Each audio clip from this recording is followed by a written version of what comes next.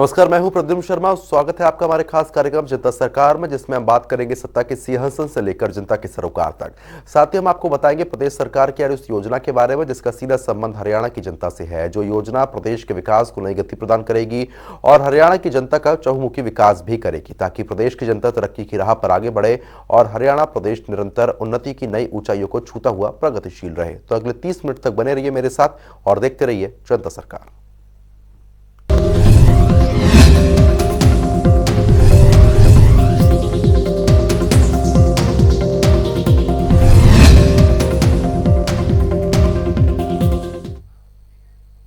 हरियाणा की मनोहर सरकार में प्रदेश का हर वर्ग सुखी और संपन्न नजर आ रहा है। हर बदलते साल के साथ हरियाणा का विकास भी बढ़ता जा रहा है। आज हरियाणा का हर क्षेत्र प्रगति पथ पर है। हर वर्ग के नागरिकों को लाभ मिल रहा है। युवाओं को रोजगार के अवसर प्रदान हो रहे हैं, तो किसानों के हित में मनोहर कदम उठाए जा रहे हैं, जिससे हरियाणा के किसानों की आय में भी बढ़ोतरी हो रही है। नागरिकों के विकास को गति देते हुए नए साल के अवसर पर मोटे अनाज को बढ़ावा देने के लिए सरकार ने मनोहर पहल की है। इस रिपोर्ट में आप देखें।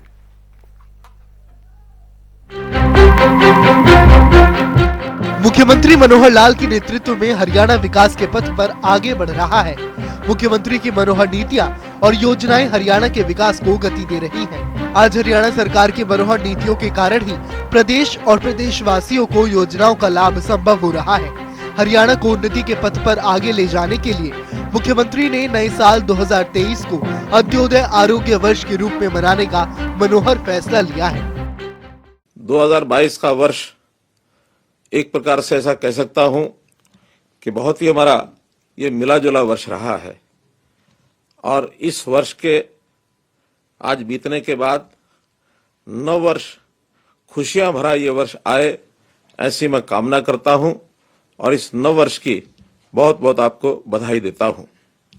भाइयों बहनों, ये वर्ष भर की यात्रा जब शुरू की थी तब इसी प्रकार से नव वर्ष की भांति शुरू की थी, और लगातार आज वर्ष भर की सब बातें विचार करते हैं तो ध्यान में आता है इस यात्रा में बहुत से ऐसे पड़ाव आए, बहुत से सज्जन पुरुष मिले, बहुत साथी मिले, मित्र मिले, साथी सारथी हुए, और बहुत सी चुनौतियां भी आई, बहुत से विरोधियों का सामना भी करना पड़ा, लेकिन हम भरपूर उत्साह के साथ अपने लक्ष्य को लेकर हम आगे निरंतर बढ़ते रहे हैं। आज हमें संतोष है कि उन बाधाओं के बावजूद, विरोधियों से चुनौतियों मिलने के बावजूद हम सफलतापूर्वक यहां तक बढ़े हैं, और आगे 2023 में वर्ष भर की यात्रा फिर से हमने शुरू की है। जैसा हम जानते हैं कि 2020 और 2021 ये कोविड का एक 2 साल का वर्ष, लेकिन 2022 में भी भले ही कम मात्रा में रहा हो, लेकिन ये चुनौती लगातार बनी रही है। आज भी ये पूर्ण रूप से समाप्त नहीं हुई है। हमने इसके इलाज के लिए, हर व्यक्ति के इलाज के लिए, और जो टीकाकरण किया, जिस प्रकार से देश भर में एक सफलता मिली, उस काम को हम लगातार करते रहे और अपने कर्तव्य से कभी हम पीछे नहीं हटे, क्योंकि हम सब लोग कर्तव्य की भावना से लगातार काम करते हैं। मैं तो अपने आप को धन्य मानता हूं कि जब गीता के श्लोक कर्तव्य के नाते से जब मैंने पढ़े, कर्मण्येवाधिकारस्ते मा फलेषु कदाचन, अर्थात कर्म करते रहो और कभी भी फल की बहुत चिंता न करो। इस पथ पर जो लोग बढ़ते हैं, वास्तव में उनको संतोष भी होता है, आनंद भी प्राप्त होता है। हरियाणा और हरियाणा वासियों के हित के लिए काम कर रही मनोहर सरकार में प्रदेश का हर वर्ग आज सुखी और संपन्नता की ओर आगे कदम बढ़ा रहा है।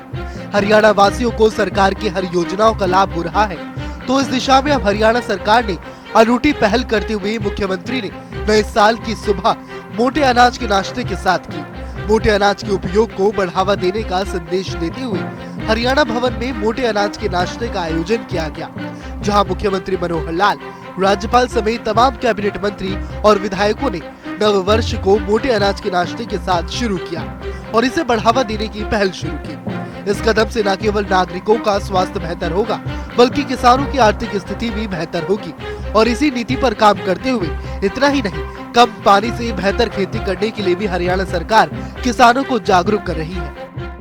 मेरा पानी मेरी विरासत, इस प्रयोग के माध्यम से धान की जो उपज ये कम करके और अन्य फसलें उगाई जाए जिसके अंदर पानी की खपत कम होती है।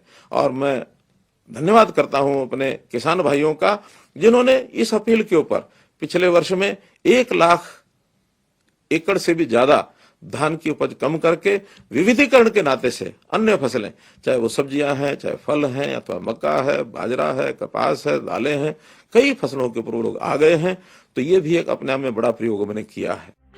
आज हरियाणा सरकार की मनोहर नीतियों का ही नतीजा है कि हरियाणा का हर वासी सरकार की मनोहर नीतियों से जुड़ा हुआ महसूस कर रहा है और विकास को नई गति देने में अपना योगदान दे रहा है।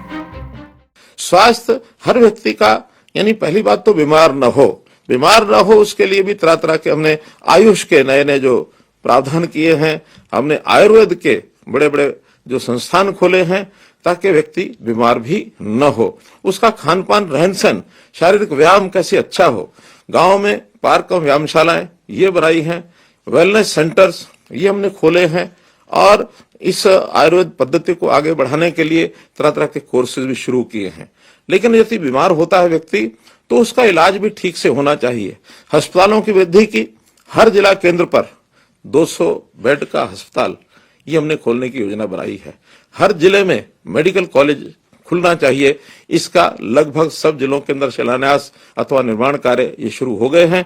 आने वाले 3 या 4 वर्ष के अंदर सब जिलों में मेडिकल कॉलेज सुचारू रूप से चल पड़ेंगे। लेकिन गरीब व्यक्ति, इसकी बहुत बड़ी एक चिंता देश के प्रधानमंत्री जी को भी रही है।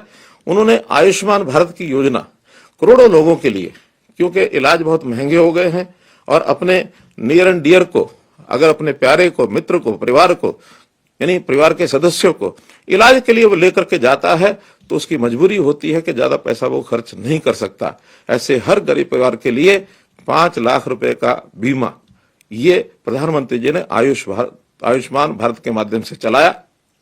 हमें लगा कि प्रदेश में मात्र 15 लाख लोग ही परिवार इसमें कवर होते हैं, लेकिन जब गरीब की पहचान की गई तो ये संख्या कहीं ज्यादा है।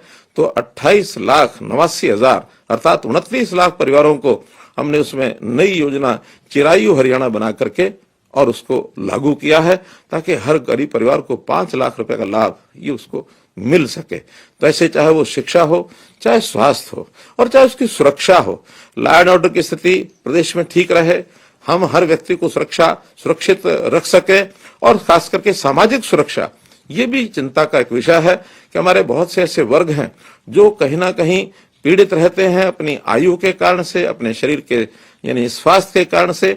तो तरह तरह की ऐसी जो कठिनाइयां ध्यान में करते हुए या आयु का जब एक 60 वर्ष की आयु का पड़ाव गरीबी का एक व्यक्ति वो जब उसको पार करता है तो उसको भी कठिनाई होती है। हमने उसकी पेंशन, मासिक पेंशन जो देश में सबसे ज्यादा है, अभी 2500 रुपया है, आगे चल करके और भी बढ़ने वाली है, इसका भी हमने प्रावधान किया। कुछ बीमारियां हैं उनको भी, जो ग्रस्त ऐसे लोग हैं उनको भी 25 रुपए मासिक उसका दिया है। हमारी बहनें जो दुर्भाग्य से विधवा होती हैं 2500 रुपया उनके लिए भी हमने ये प्रावधान किया हुआ है। तो ये सामाजिक सुरक्षा का एक बहुत बड़ा जो प्रावधान है ये हमने उसके लिए किया है। और अब जो इस समय नई बात जो हमको बतानी वो ये कि पहले इस प्रकार की ओल्ड एज पेंशन के लिए चक्कर काटने पड़ते थे, दफ्तरों के दस्तावेज बनवाने पड़ते थे, दरखास्त लेकर के व्यक्ति इधर से उधर घूमता था, लेकिन उसको कहीं जाने की आवश्यकता नहीं है। अब जब से हमने परिवार पहचान पत्र बनाया है तो इस परिवार पहचान पत्र के माध्यम से जिस कपल की, जिस पति पत्नी जो बुजुर्ग हैं उनकी आय अगर जो सीमित आय है उसके अंदर होती है तो अपने आप ही उसकी जो पेंशन है वो बन जाती है, उसको कहीं जाना नहीं पड़ता है। इसी प्रकार से हमने जो परिवार के जो सेवाएं हैं वो सेवाएं भी बहुत दुरुस्त की हैं, उसको एक प्रकार से रहन सहन उसका सरल किया है। जो व्यक्ति बहुत कठिनाइयों से इन सेवाओं को प्राप्त करते थे, अब इनके डोर स्टेप के ऊपर, उनके दहलीज के ऊपर वो सेवाएं कैसे पहुंचे, ये परिवार पहचान पत्र के माध्यम से हमने शुरू किया है। हम लोग प्रदेश की उन्नति के साथ साथ अपनी सोच भी ध्यान रखें कि अगर मेरी आवश्यकता है तो सरकार सहायता करेगी, और यदि मुझे लगता है कि मैं अपने काम को अपने आप चला सकता हूं तो निश्चित रूप से मुझे उस प्रकार से अपने आप को काम करने के लिए आगे बढ़ाना होगा। हम लोग लगातार इन चीजों पर ध्यान बनाए हैं कि जो भी कोई जो भी कोई कठिनाई हमको ध्यान में आती है या जो भी कोई सुझाव आपसे हमको मिलेगा, उस सुझाव का हम ध्यान करके आगे बढ़ेंगे। हरियाणा प्रदेश ने मुख्यमंत्री मनोहर लाल के नेतृत्व में कई उपलब्धियां हासिल की है। मनोहर नीतियों के कारण ही हरियाणा प्रगति की राह पर आगे बढ़ रहा है।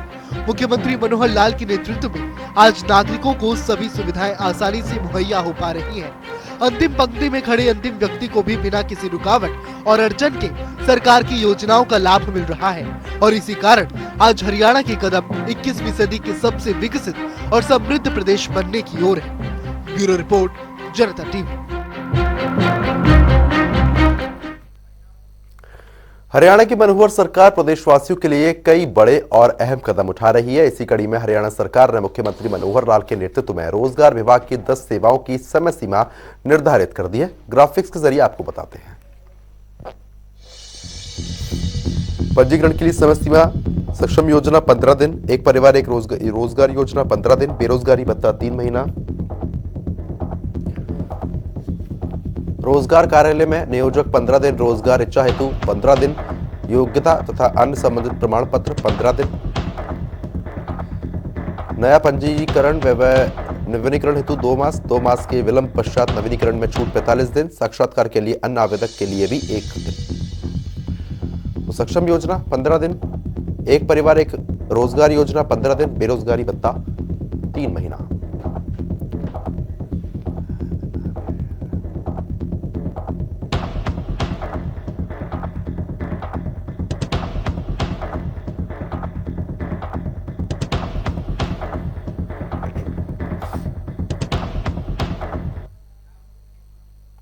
आज हरियाणा की मनोहर सरकार के कार्यकाल में संत और महापुरुषों के विचार को जन जन तक पहुंचाने का काम किया जा रहा है, जिससे न केवल समाज को सही दिशा मिल रही है बल्कि प्रदेश के विकास में भी नागरिक अपना योगदान दे रहे हैं। तो वहीं रोजगार और पर्यटन को भी बढ़ावा देते हुए सरकार मनोहर नीतियों के साथ हरियाणा के विकास के लिए काम कर रही है। इस रिपोर्ट में आप देखें।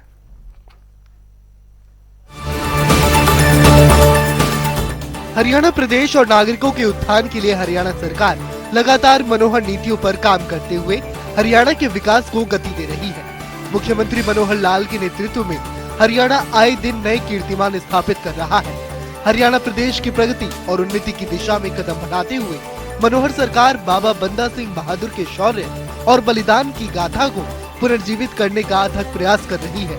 इस दिशा में कदम बढ़ाते हुए मुख्यमंत्री मनोहर लाल ने बाबा बंदा सिंह बहादुर स्मृति स्थल का शिलान्यास किया है।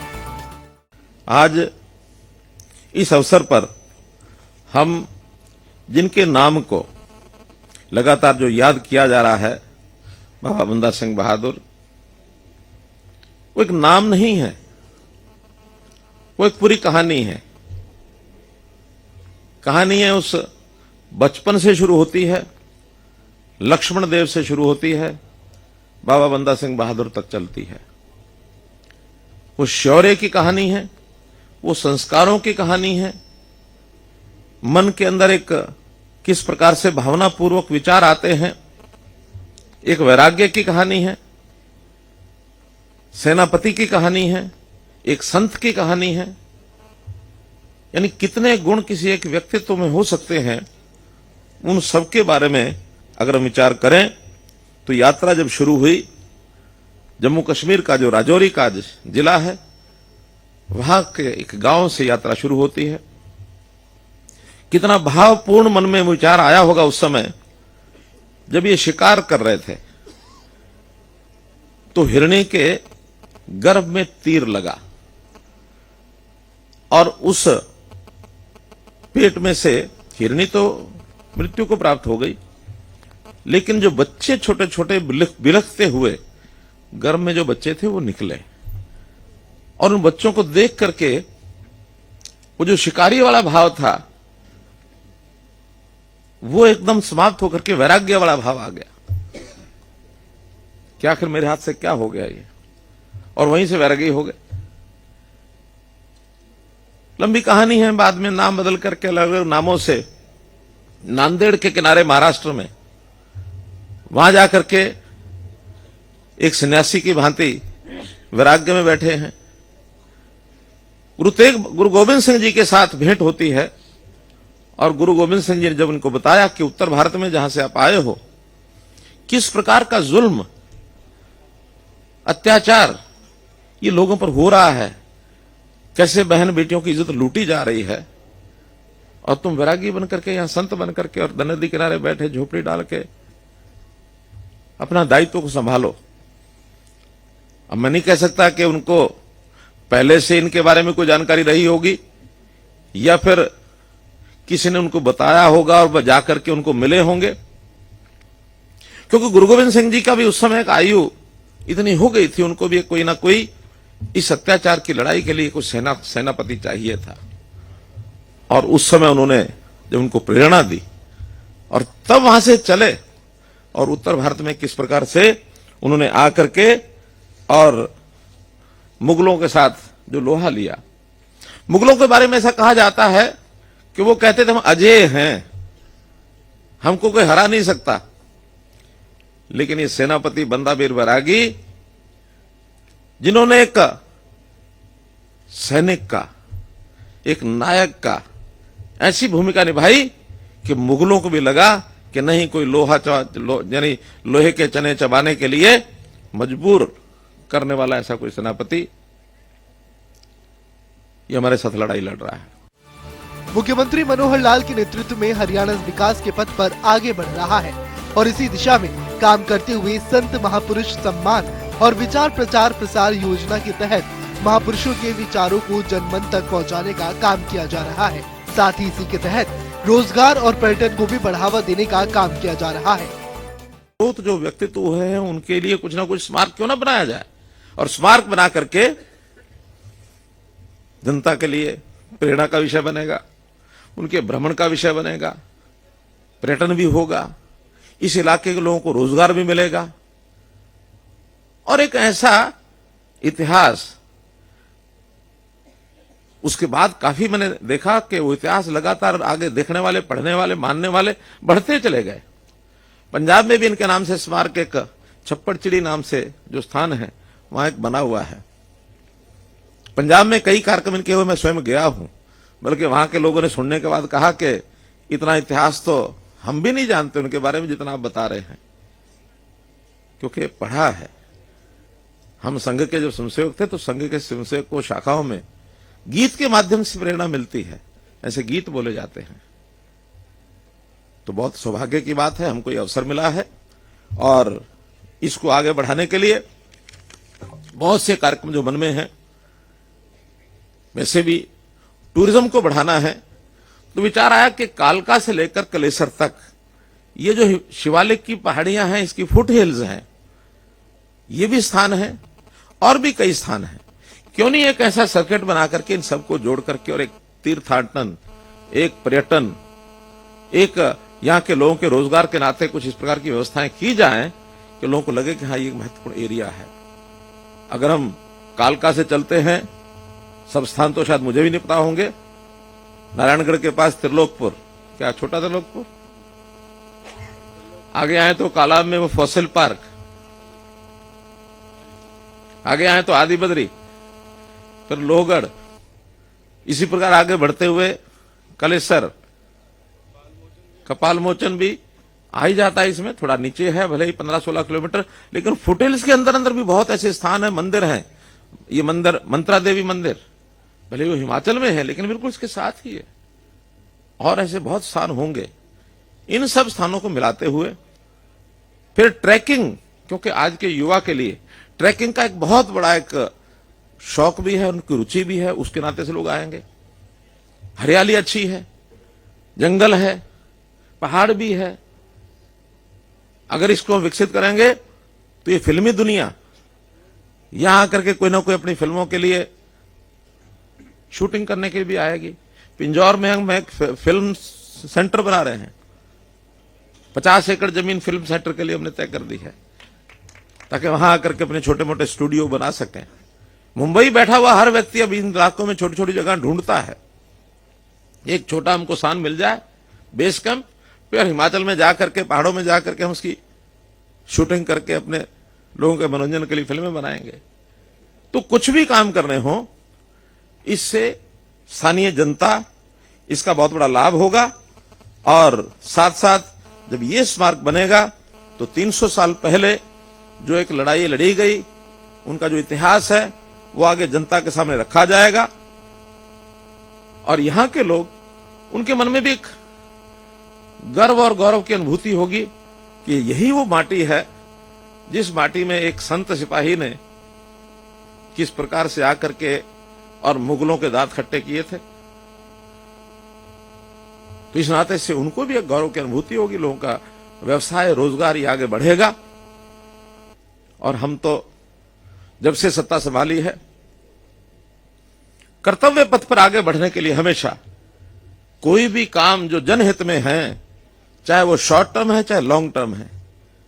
शॉर्ट टर्म में ये सब बातें होती हैं, सड़कें बनाओ, कहीं स्कूल बनाओ, कहीं भवन खड़े करो, कहीं पंचायत घर बनाओ, कहीं, ये सारी चीजें शॉर्ट टर्म कही जा सकती हैं।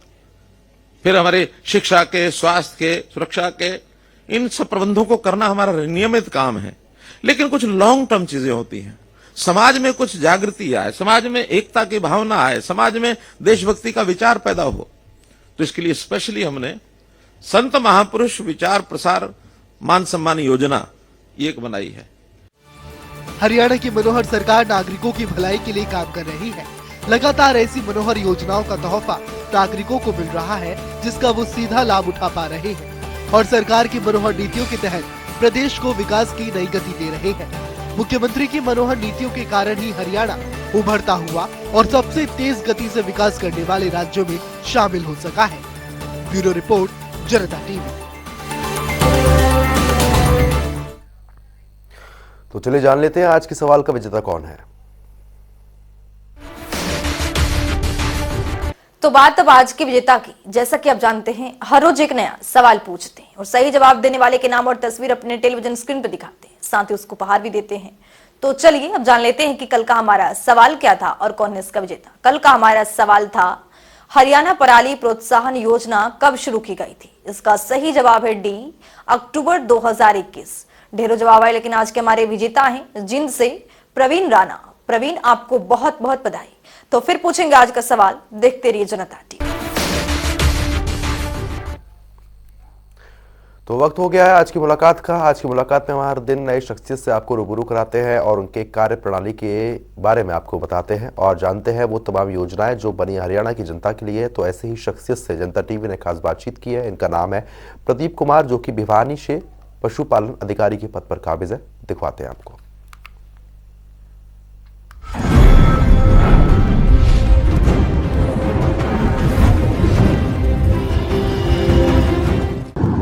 पशु किसान क्रेडिट कार्ड की बात है तो हमारे हरियाणा सरकार में हमारे माननीय मुख्यमंत्री श्री मनोहर लाल जी खट्टर के नेतृत्व एवं श्री जेपी दलाल जी हमारे जो माननीय पशुपालन एवं डेयरी विभाग के मंत्री हैं, उनके नेतृत्व में पशुपालन विभाग पूरी तन्मयता से पशुओं के और पशुपालकों की भलाई के लिए लगे हुए हैं। इसमें एक स्कीम जो है सरकार ने जो चला रखी है वो है पशु किसान क्रेडिट कार्ड, जिसमें पशुपालक जो पशु उनके घर पे हैं उनको बैंक द्वारा लोन दिया जाता है। जैसे भैंस पे 60,000 रुपये और गाय पे 40,000 रुपये, जिसमें उनको नए पशु खरीदने की ज़रूरत नहीं है। जो पशु उनके घर पे मौजूद हैं उन्हीं पे जो है ना किसान पशु क्रेडिट कार्ड बनाया जाता है। पशु क्रेडिट कार्ड बनाने के लिए पशुपालक जो है वो हमारे जो पशु चिकित्सक हैं उनसे कांटेक्ट कर सकता है। उनसे जाके कांटेक्ट करके एक एप्लीकेशन जो है वो पशुपालन विभाग उनको भर के देगा। वो एप्लीकेशन पशुपालक बैंक में दे देगा और बैंक जो है उसको जो पशु के आधार पर जितने पशु हैं वो उस आधार पर उनको पैसे दे देता है।